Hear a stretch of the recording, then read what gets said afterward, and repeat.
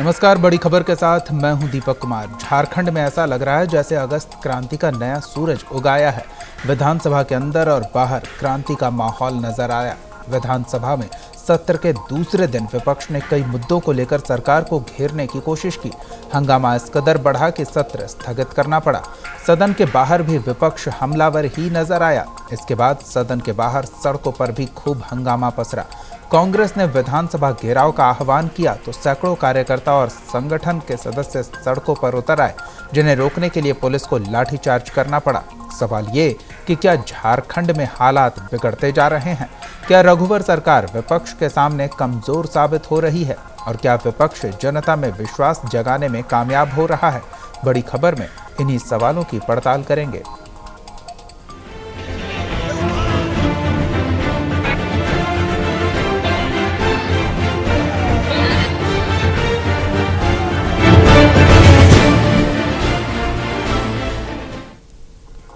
झारखंड में बवाल थमने का नाम नहीं ले रहा। विधानसभा के अंदर हंगामा और बाहर भी हंगामा। विभिन्न मांगों को लेकर आंदोलन कर रहे प्रदर्शनकारियों पर लाठीचार्ज किया गया। लगता है झारखंड सरकार की लाठी फुल चार्ज है। लगता है अगस्त क्रांति का नया सूरज झारखंड में ही उगाया है। झारखंड में विधानसभा के अंदर और बाहर हंगामा। विधानसभा सत्र के दूसरे दिन सदन का आगाज ही विपक्ष के हंगामे के साथ हुआ। सदन के अंदर विपक्ष ने इस कदर हंगामा किया कि सदन स्थगित करना पड़ा। विपक्ष ने कई मुद्दों पर आवाज उठाई थी।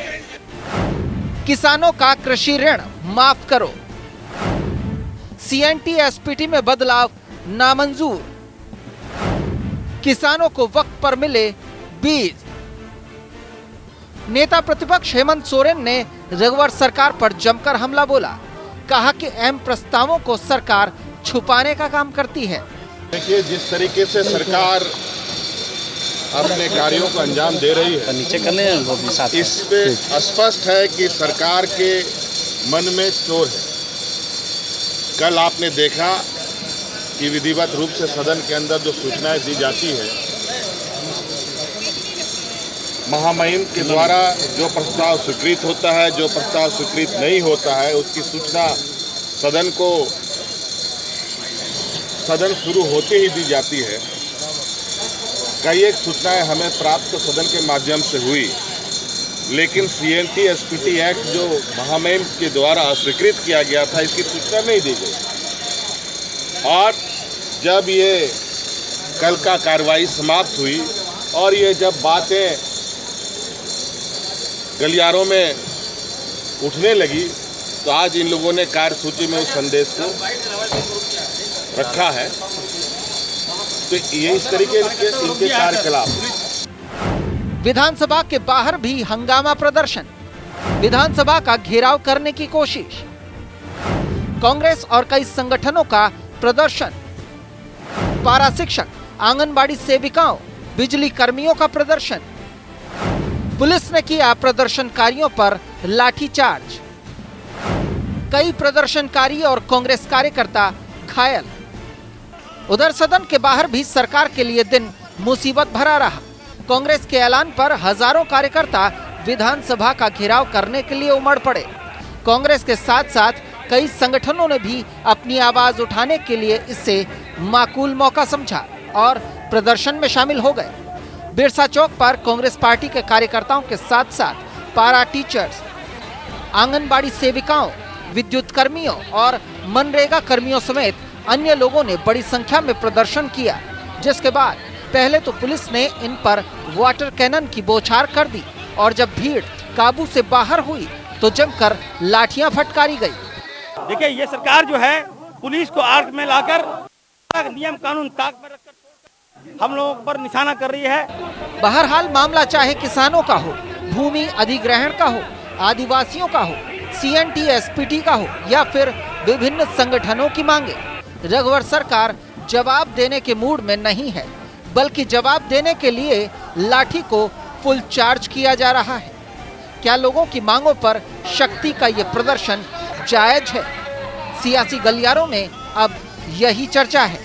रांची से सुजीत कुमार और सूरज कुमार की रिपोर्ट, न्यूज़ इंडिया।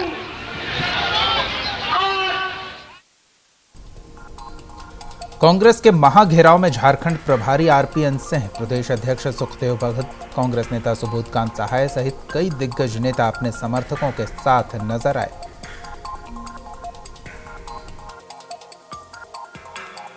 मुद्दे मूलवासी आदिवासी के जो संशोधन भारतीय जनता पार्टी कर रही है, किसान लोन माफी जो नहीं कर रही है सरकार, और कानून व्यवस्था को लेकर ये जो सरकार है प्रजातंत्र का गला घोटने की बात कर रही है, इसे आज भारत छोड़ो का दिवस मनाया जा रहा है 75वां।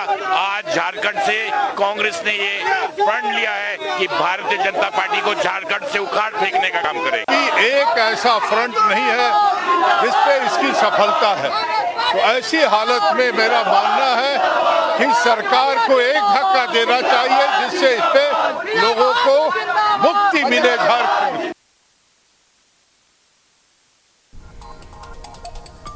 हमारे संवाददाता सुजीत हमारे साथ फोन लाइन पे जुड़ चुके हैं। सुजीत, इस विरोध प्रदर्शन के दौरान हंगामा जो भी मचा हो, सरकार बैकफुट पर रही और जो पुलिस ने लाठीचार्ज किया प्रदर्शनकारियों पर, उससे ऐसा लग रहा है सरकार अब जुबान से नहीं लाठी से जवाब देगी। जी बिल्कुल, देखिए दीपक, अभी हाल में ही जो झारखंड प्रदेश के प्रभारी हैं वो आरपीएन सिंह को बनाया गया है और वो कांग्रेस के दिग्गज नेता माने जाते हैं। कांग्रेस की जब सरकार थी तो वो केंद्रीय मंत्री भी रह चुके हैं, तो उन्हें झारखंड की कमान अभी संभाला गया और उनके नेतृत्व में ये जो कांग्रेस पार्टी का जो था, जो विधानसभा का जो महाघेराव था, उनके नेतृत्व में इसका आयोजन किया गया। और इस घेराव के लिए जो राज्य भर से कांग्रेस के जो कार्यकर्ता है वो सुबह से ही उनका आना जो था वहाँ सिलसिला शुरू हो गया था और हजारों की संख्या में अपने दलबल के साथ आरपीएन सिंह, कांग्रेस के वरिष्ठ नेता सुबोधकांत सहाय, प्रदेश अध्यक्ष सुखदेव भगत के अलावा तमाम बड़े नेता जो थे वो विधानसभा महाघेराव में शामिल हुए। और जिस तरह से जब कांग्रेस के खासकर जब नेता और कार्यकर्ता विधानसभा के मुख्य गेट के समीप पहुंचे और जबरन जब जिस तरह से वो गेट को तोड़ने की कोशिश कर रहे थे, उसके बाद पुलिस ने कहीं ना कहीं अपना संयम को खो दिया, जिसको हल्का बल प्रयोग करना पड़ा, पानी का बौछार का सहारा भी लेना पड़ा। और इस दौरान जब भी सत्र चलता है तो कई ऐसे संगठन भी होते हैं जो अपनी मांगों को लेकर विधानसभा के समक्ष धरना प्रदर्शन पर बैठते हैं, तो पुलिस के द्वारा जब लाठीचार्ज किया गया तो कोई अन्य संगठन के लोगों को भी चोट आई है और कांग्रेस के जो कार्यकर्ता है उनको भी चोट आई है। और वहीं जो इधर से जब जवाबी भीड़ के द्वारा भी जो जवाबी कार्रवाई किया गया तो कई पुलिसकर्मी भी इसमें घायल हुए। लेकिन दीपक, कुल मिला के कहा जा सकता है एक तरह से ये कांग्रेस का एक शक्ति प्रदर्शन था रघुवर सरकार के खिलाफ, रघुवर सरकार की नीतियों के खिलाफ, और खासकर जिस तरह से धर्मांतरण बिल अभी लाने की जो तैयारी सदन में चल रही है उसका कहीं ना कहीं कांग्रेस विरोध कर रही है। इसके अलावा बिल्कुल शक्ति प्रदर्शन भले ही हो सुजीत, लेकिन कुछ जायज सवाल भी उठाए गए हैं और उन सवालों का जवाब देना बनता है सरकार को। बीजेपी विधायक योगेश्वर महतो हमारे साथ फोन लाइन पे जुड़े हुए हैं। योगेश्वर जी, स्वागत है आपका न्यूज इंडिया पर। धन्यवाद। योगेश्वर जी, क्या झारखंड की लोकतांत्रिक सरकार विपक्ष के सवालों का जवाब लाठी से देगी या जुबान से देगी? हम तो विपक्ष को जो है विधानसभा के माध्यम से जो राज्य का सर्वोच्च संस्था है उस संस्था में हम चाहते हैं कि मुद्दों पर डिबेट हो, लेकिन विपक्ष को लगातार देख रहे हैं कि ये चौथा विधानसभा है जहां विपक्ष नहीं चाहता है कि हम बहस करें, विपक्ष नहीं चाहता है कि इस राज्य का विकास हो, विपक्ष नहीं चाहता है कि क्योंकि उनके पास कोई मुद्दा सटीक नहीं है, कोई मुद्दा ऐसा नहीं है जिस मुद्दा को लेकर के वो बहस कर करके और सरकार को कमजोर कर सके या सरकार के उद्देश्य को कमजोर कर सके, ऐसे उनके पास कोई मुद्दा नहीं है। और जिसके कारण से कहीं ना कहीं राज्य के अंदर में अराजक स्थिति पैदा करके और पॉपुलरिटी गेन करना चाहते हैं, ओछा राजनीति कर रहे हैं, ऐसा मेरा मानना है। लेकिन उनका तो यही कहना है विपक्ष का कि सरकार इस तरह के विवादित मुद्दे ला रही है, असंवेदनशील सरकार जो जन भावना को ठेस पहुंचाने वाले मुद्दे ला रही है, उसका हम कैसे समर्थन कर सकते हैं? मैं आपको बता दूं दीपक जी, आप देखे होंगे 2011 में जो आंकड़ा था, जिस समय हमारा राज्य अलग हुआ था और 2011 में जो आंकड़ा आया है, उस आंकड़ा में आप देखेंगे तो आप जो हमारे आदिवासी भाई हैं, आदिवासी एक समय 33% इस राज्य में हुआ करते थे, आज 26% में आकर के हम खड़ा हैं।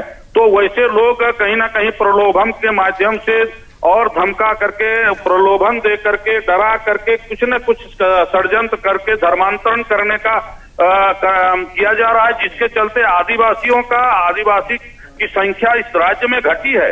और एक तरफ देखेंगे कि क्रिश्चियनों की संख्या इतनी बड़ी है, मुसलमानों की संख्या लगातार बढ़ रही है, तो ये धर्मांतरण एक बहुत बड़ा कारण है। धर्म कोई भी व्यक्ति स्वतंत्र है मानने के लिए, लेकिन वो इच्छा से माने, उसकी स्वेच्छा होगा तो उसको कोई रोक नहीं सकता है। लेकिन प्रलोभन दे करके, धमका करके, डरा करके निरीह लोगों को कहीं ना कहीं 2 किलो चावल दे करके, कुछ प्रलोभन दे करके जो धर्मांतरण किया जा रहा है, ये गलत है। और हम जो बिल ला रहे हैं, निश्चित रूप से वो बिल इसलिए ला रहे हैं कि कोई धर्मांतरण करे तो उसका संज्ञान हो कि हम धर्मांतरण कर रहे हैं, वे स्वेच्छा से जाएंगे, डीसी के यहाँ फॉर्म भरेंगे, और जो कराने वाले हैं वो भी वहां शपथ देंगे, तो निश्चित रूप से उसके लिए बाइंडिंग नहीं है। लेकिन यहाँ जो लगातार धर्म पर कुठाराघात किया जा रहा है, जिसके चलते हम लोग ये ला रहे हैं, और ये राज्य के हित में है, आदिवासियों के हित में है। जी, हमारे साथ कांग्रेस विधायक इरफान अंसारी जी भी जुड़ चुके हैं और साथ ही जेएमएम विधायक रविंद्र महतो जी भी जुड़ चुके हैं। आप दोनों का भी बहुत बहुत स्वागत है। रविंद्रनाथ जी, क्या सरकार को बोलने का मौका देंगे या फिर इसी तरह से हंगामा चलता रहेगा? सरकार तो जहां बोलने का है वो बोल ही रहा है। सरकार को तो विधानसभा से बहुत कुछ लेना देना है नहीं, और सरकार का कामकाज में कहीं कोई रुकावट नहीं है। वो तो स्वतंत्र होकर के अपना काम कर रहे हैं, स्वतंत्र नहीं बल्कि एकदम ऑटोक्रेसी के साथ वो काम कर रहे हैं। सरकार मनमानी कर रही है, ये कहना है आपका। इरफान जी, क्या कहेंगे, ये जो आज हंगामा हुआ, लाठीचार्ज हुआ, क्या ये सरकार की मंशा है कि किसी भी आवाज को कुचल दिया जाए? बिल्कुल आपने सही कहा, ये सरकार नहीं चाहती है किसी खिलाफ में कोई कुछ बोले इसको। आपने देखा होगा कि आज में हम लोगों का बहुत विराट रैली था और धरना प्रदर्शन भी था। हमारे कार्यकर्ताओं को इन लोगों ने रोक दिया, मोड़ मोड़ पे रोक दिया, ताकि जो घेराव है वो विफल हो जाए। लेकिन हमारे लोगों ने, यहाँ की आम जनता ने खुद स्वयं आकर यहाँ पर जो धरना किया सरकार के विरोध में, आज जो हजारों हजार के लोग जो उमड़े, निश्चित तौर पे दिखाता है कि सरकार की जनता कितना त्रस्त आ चुकी है। और खास करके आपने देखा होगा कि हम लोग शांतिपूर्वक प्रदर्शन कर रहे थे, आपके सारे मीडिया लोग वहाँ पे थे, लेकिन सरकार ने जानबूझकर लाठीचार्ज कर दिया, कई लोग घायल हो गए। इरफान जी, आप जैसे शांतिपूर्वक कह रहे हैं, प्रशासनिक अधिकारी उसे कह रहे हैं कि प्रतिबंधित क्षेत्र में आने पर कार्रवाई की गई। नहीं, कार्रवाई क्या, बातचीत भी तो आप कर सकते हैं। क्या हम लोग गलती, क्या प्रतिबंधित क्या हो गया? हम लोग विधानसभा इंटर थोड़ी कर गए थे। प्रदर्शन तो हम करेंगे, धरना तो हम देंगे। ये लोकतंत्र का यही तकाजा है कि हम धरना प्रदर्शन पे आप रोक नहीं लगा सकते। इरफान जी, क्या जवाब मिला सरकार की ओर से जिन समस्याओं को लेकर आपने घेराव किया था? कल विधानसभा चल रहा है, यहाँ तक कि मैं बता दूं, मैं घटने पे मौजूद था, घटनास्थल पे मैं मौजूद था। कई लोगों को इन लोगों ने इतनी बेरहमी से पिटाई की है, कई लोगों के हाथ टूट गए। इनफैक्ट केवल कांग्रेसी कार्यकर्ताओं पे ही नहीं, बल्कि वहां पर धरना दे रहे पारे टीचर्स, एएनएम, जीएनएम जो धरना दे रहे थे, औरतों पर भी इन लोगों ने लाठी चलाने का काम किया है। तो निश्चित तौर पर जो कल सदन चलेगा, हम लोग सदन में हम सरकार से मांग करेंगे क्या है, सरकार चाहती क्या है, इस सरकार की मंशा क्या है। लोकतंत्र पर हत्या ये लोग करना चाहती है तो साफ साफ बता दे। चलिए हम लोग जान लेते हैं। योगेश्वर महतो जी हमारे साथ जुड़े हुए हैं। योगेश्वर जी, चलिए, प्रदर्शनकारियों पर पुलिस ने कार्रवाई की, वो पुलिस अपने हिसाब से कार्रवाई कर रही थी अगर मान लेते हैं तो, और जो धर्मांतरण बिल जिसे लेकर इतना विवाद हो रहा है वो भी मान लेते हैं कि आपकी सरकार राज्य हित का सोच कर ला रही है, लेकिन क्या वही अभी सबसे महत्वपूर्ण है झारखंड में विधानसभा में चर्चा के लिए, या फिर जो पारा शिक्षक आंदोलन कर रहे हैं, आंगनबाड़ी सेविकाएं अपनी मांगों को लेकर प्रदर्शन कर रही हैं, विद्युत विभाग के जो मानव दिवस वाले कर्मचारी हैं वो अपनी मांगों को लेकर 3 महीने से प्रदर्शन कर रहे हैं, क्या उनकी समस्याओं पर कोई जवाब नहीं देगी सरकार? नहीं, हम बराबर पारा शिक्षक के सवाल पर जो भी इस तरह से समस्याएं आती है, हम समस्याओं को हल करने के लिए सरकार लगातार बात कर रही है। लेकिन कोई रिजिड हो करके जो कहेगा कि हम जबरदस्ती मनवा लेंगे, क्योंकि राज्य का जनादेश मिला है तो सरकार हमको चलाना है, और सरकार चलाना है तो उसकी एक व्यवस्था है। उस व्यवस्था के तहत हम चलाते हैं कि कितने कर्मी हमको चाहिए, क्या करना है, वो सारे विषय को लेकर के लगातार इन लोगों से बात हो रही है। विद्युत विभाग के लोगों से लगातार बात हो रही है, आपको आंगनबाड़ी केंद्र के लोगों से लगातार बात हो रही है, और बात के क्रम से हम समस्या का समाधान हम लोग करना चाह रहे हैं, सरकार कर भी रही है, प्रयास कर रही है उसको। लेकिन कहीं ना कहीं बहुत सारा चीज जो है समझौता में जो जहां अड़े रहते हैं वहां नहीं हो पाता है। लेकिन ये अड़ने वाली बात तो अलग है, लेकिन रविंद्र जी कह रहे हैं कि आप कह रहे हैं कि लोकतांत्रिक व्यवस्था में सरकार की कार्यप्रणाली निश्चित है, उसी हिसाब से काम करना है, जनहित सर्वोपरि है। लेकिन रविंद्र जी कह रहे हैं अभी जनहित पर ध्यान नहीं है सरकार का, सरकार मनमर्जी पर उतर आई है। आप देखेंगे कि जनहित का जहां सवाल है, पहले विधानसभा में विषय ही नहीं आ रहा है। विधानसभा में विषय को लेकर के वो तर्क नहीं करना चाहते हैं। वो विधानसभा में वो चाहते हैं कि इन सब विषय को विधानसभा में यदि हम तर्क करेंगे तो वो जो है बैकफुट पर जाएंगे, इसलिए वो बहस नहीं करना चाहते हैं। इसलिए विधानसभा को वो फेस नहीं करना चाहते हैं और विधानसभा के पटल पर अपनी बातों को नहीं रखना चाहते हैं, जिसके चलते विधानसभा लगातार बाधित कर रहे हैं। यानी कि और एक हम तरह से हैं कि ये विपक्ष हताशा की ओर है। जी रविंद्रनाथ जी क्या जवाब देंगे? आपको मैं बताना चाहता हूं, यहाँ विपक्ष के बैकफुट पर आने का सवाल आदरणीय आपका जोगेंद्र जी हेलो जी हाँ जोगेंद्र जी योगेश्वर महतो जी पर आने का बात कर रहा है, तो विपक्ष वास्तव में बैकफुट पर नहीं है, सरकार ही बैकफुट पर आ गया है। इसीलिए राजभवन से उनका एसपीटी और सीएनटी एक्ट में बदलाव लाने का जो एक प्रबल मंशा था, उस प्रबल मंशा में उनको एक झटका लगा है। इसलिए बैकफुट पर सरकार है, विपक्ष बैकफुट पर नहीं है। और बात सही है। हेलो जी सुन रहे हैं रविंद्रनाथ जी। हाँ, और बात सही है कि इनको जन मुद्दा से, जन समस्याओं से कोई ये नहीं है, सरोकार नहीं है। इनको सरोकार क्या है? अब धार्मिक उन्माद फैलाना, धर्म के नाम से लोगों को बांटना, पीने के नाम से लोगों को बांटना। लेकिन रविंद्रनाथ जी सरकार को बोलने का मौका नहीं देकर आप तो सरकार की ही मदद कर रहे हैं। जो गलत काम आपके हिसाब से सरकार कर रही है, आप उनसे जवाब नहीं ले रहे हैं, उन्हें बोलने का मौका नहीं दे रहे हैं, तो इस हिसाब से वो बच रहे हैं। आपको सरकार की एक बात से निश्चित रूप से स्पष्ट होता होगा कि ये सरकार हमेशा बहुमत की दुहाई दे रही है। इसलिए कह रही है कि बहुमत है, हमको जो इच्छा, जो मन में करेगा हम वही करेंगे, आप हमको रोक नहीं सकते हैं। तो जब सरकार की तरफ से इस तरह का बात अगर आ जाता है, तो आप इस सरकार से क्या उम्मीद कर सकते हैं कि ये विपक्ष के बात या जनताओं का बात, लोगों का बात इनके जहन तक पहुंचेगा? इसका क्या उम्मीद है, क्या भरोसा है, आप हमको बताइए। जी योगेश्वर जी क्या बताएंगे? देखिए विषय यहाँ वो नहीं है, विषय ये है रविंदर जी जो कह रहे हैं सीएनटी एसपीटी एक्ट जो का मामला, उस पर भी ये लोग बहस करने के लिए उस समय तैयार नहीं हुए और तैयार नहीं होने के कारण जो है ये राज्य में कितने विकास की गति कम हुई है, ये इसकी आप परिकल्पना नहीं कर सकते हैं। और दूसरी ओर आज आप देखेंगे, लेकिन फिर बात वही है योगेश्वर जी आप कह रहे हैं कि विकास की रफ्तार थम गई है, इसकी वजह विपक्ष है कि वो बहस नहीं कर रहे हैं। लेकिन विपक्ष का कहना है कि आप संख्या बल को लेकर दबाव बनाते हैं, विपक्ष की सुनते नहीं है। तो निश्चित रूप से राज्य के विकास जो है वो विपक्ष नहीं चाहता है कि इस राज्य का विकास हो, और लेकर करके ये मुद्दा बना करके लोगों के बीच में जाना चाहते हैं कि राज्य सरकार ने कुछ नहीं किया। और ये विकास इनका कभी उद्देश्य नहीं रहा है।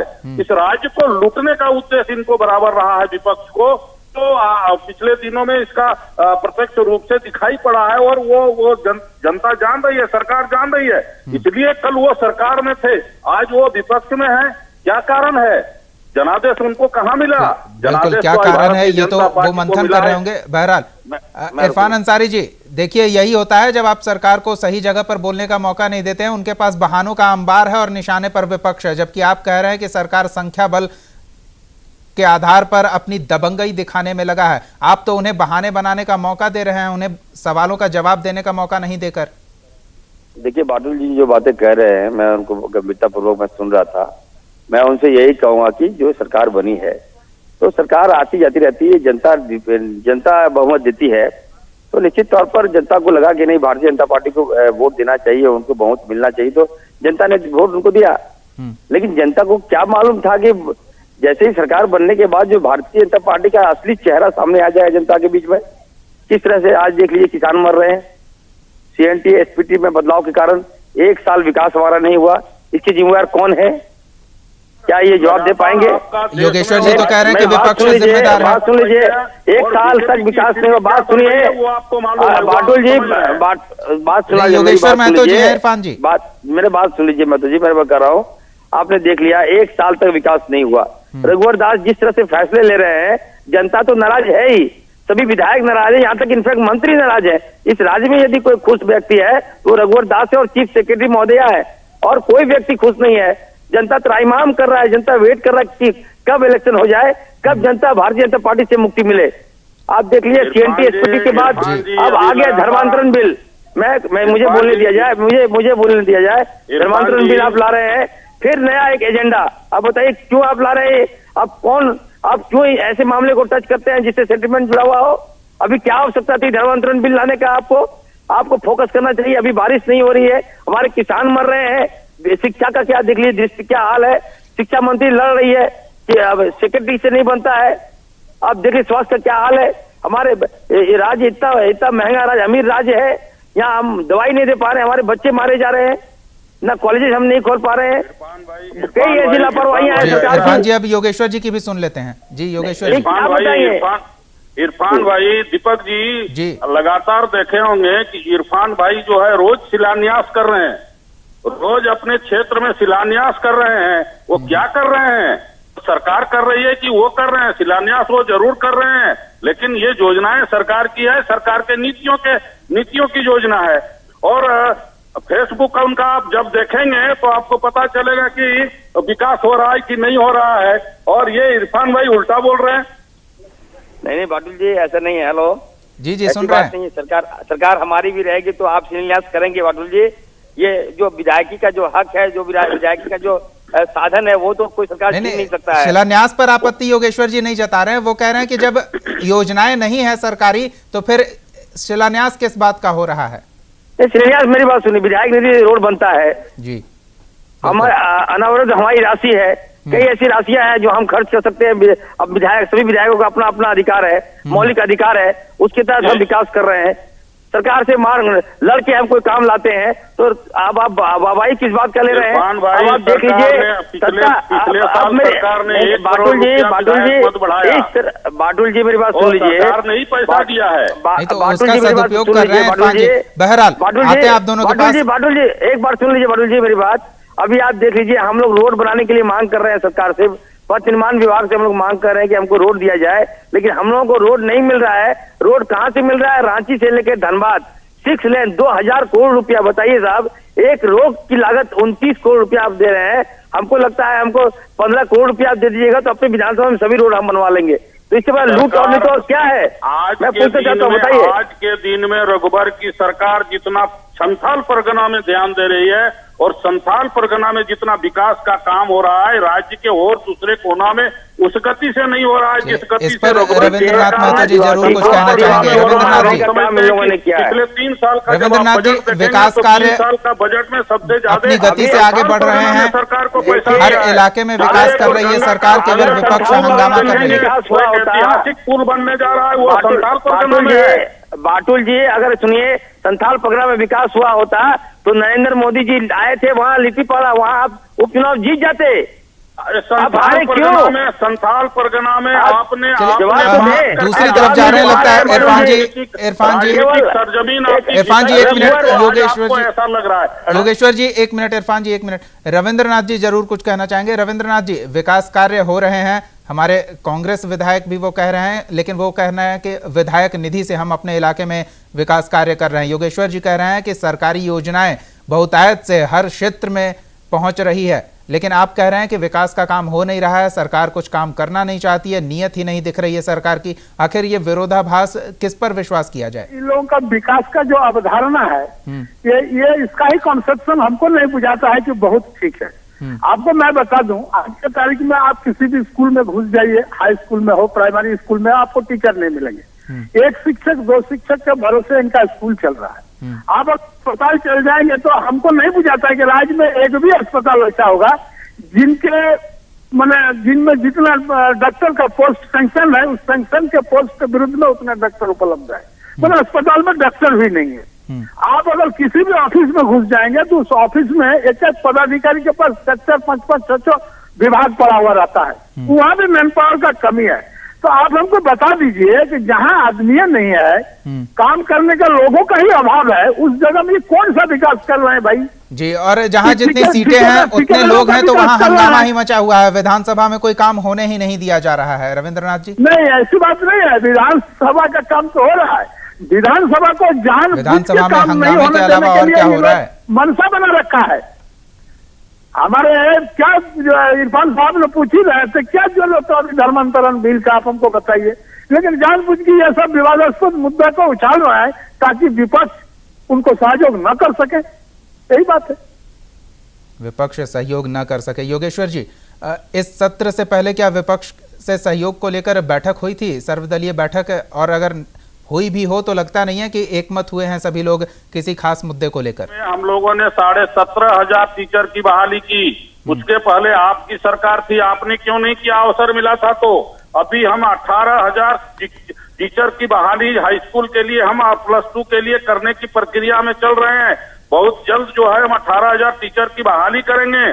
हम उसी तरह से पुलिस में और अन्य विभागों में बहाली की प्रक्रिया निरंतर चल रही है। और इस राज्य में जो मैन पावर हमारा है, उस मैन पावर को हम भरपाई करने के लिए सजग हैं। कई ऐसे कारण हैं जो लोग हाईकोर्ट चले जाते हैं, जिसके चलते भी कई बहालियों पर ब्रेक लगा है। और हमारी मंशा साफ है कि हम इस राज्य को के इंफ्रास्ट्रक्चर को और मैन पावर को मजबूत कर करके इस राज्य में विकास की गति को आगे बढ़ावें। चलिए, कैसे विकास की आगे गति बढ़ेगी जब ब्रेक लगाने के लिए? जी इरफान जी, देखिए बादल जी, आपकी जो मंशा है, आप एजुकेशन लाइन पे चले गए, लेकिन सरकार की जो मंशा मैं बता दूं बादल जी, आप अनुभवी नेता हैं, सीनियर हैं हमारे। सरकार की मंशा जो है मैं साफ क्लियर कर देता हूं। सरकार की मंशा है शराब बेचना, दारू बेचना का मंशा है इनका। अभी आप देख लीजिए, प्याज बेचेगी ये सरकार। क्यों सरकार शराब बेच रही है? क्या कारण था सरकार को शराब बेचना? क्योंकि इसलिए सरकार शराब बेच रही है क्योंकि अमित शाह का कोई रिश्तेदार है जो सारा ठेका पे ले लिया है। डायरेक्ट लाभ सरकार को पहुंच रहा है। ये सारा पैसा कहाँ जाएगा भाई? गुजरात चुनाव में जाएगा। कहाँ जाएगा? अमित शाह के पास जाएगा। चलिए, ये रहस्योद्घाटन किया है इरफान जी ने। मैं बता रहा हूँ अभी बालू पे आ रहा हूँ। विधानसभा में तो बड़ा किरकिरी लगा था आपको। नहीं, बालू बम्बे का लोग उठा रहे थे, उस समय बड़ा किरकिरी लगा। किरकिरी की बात नहीं है बादल जी, आप वरिष्ठ नेता हैं, आप खुद बताइए। चलिए, हम उम्मीद करते हैं कि विधानसभा के समय का सदुपयोग हो, सभी लोग सवाल जवाब करें, वाद विवाद करें और विषयों पर चर्चा करें ताकि लोग समझें कि आखिर सरकार क्या कर रही है और क्या करने से रह रही है, बच रही है। फिलहाल बहुत बहुत धन्यवाद इरफान अंसारी जी, योगेश्वर महतो जी और रविंद्रनाथ महतो जी, इस चर्चा में शामिल होने के लिए, न्यूज़ इंडिया के साथ जुड़ने के लिए। सुजीत, आपका भी बहुत बहुत धन्यवाद। बड़ी खबर में फिलहाल इतना ही। आप देखते रहिए न्यूज़ इंडिया। आप हमारे चैनल को YouTube पर सब्सक्राइब कर सकते हैं, न्यूज़ इंडिया निम्स पर। इसके अलावा आप ट्विटर पर भी हमें न्यूज़ इंडिया 17 पर फॉलो कर सकते हैं। फेसबुक पर आप newsindia.nimsuni पर हमें लाइक कर सकते हैं।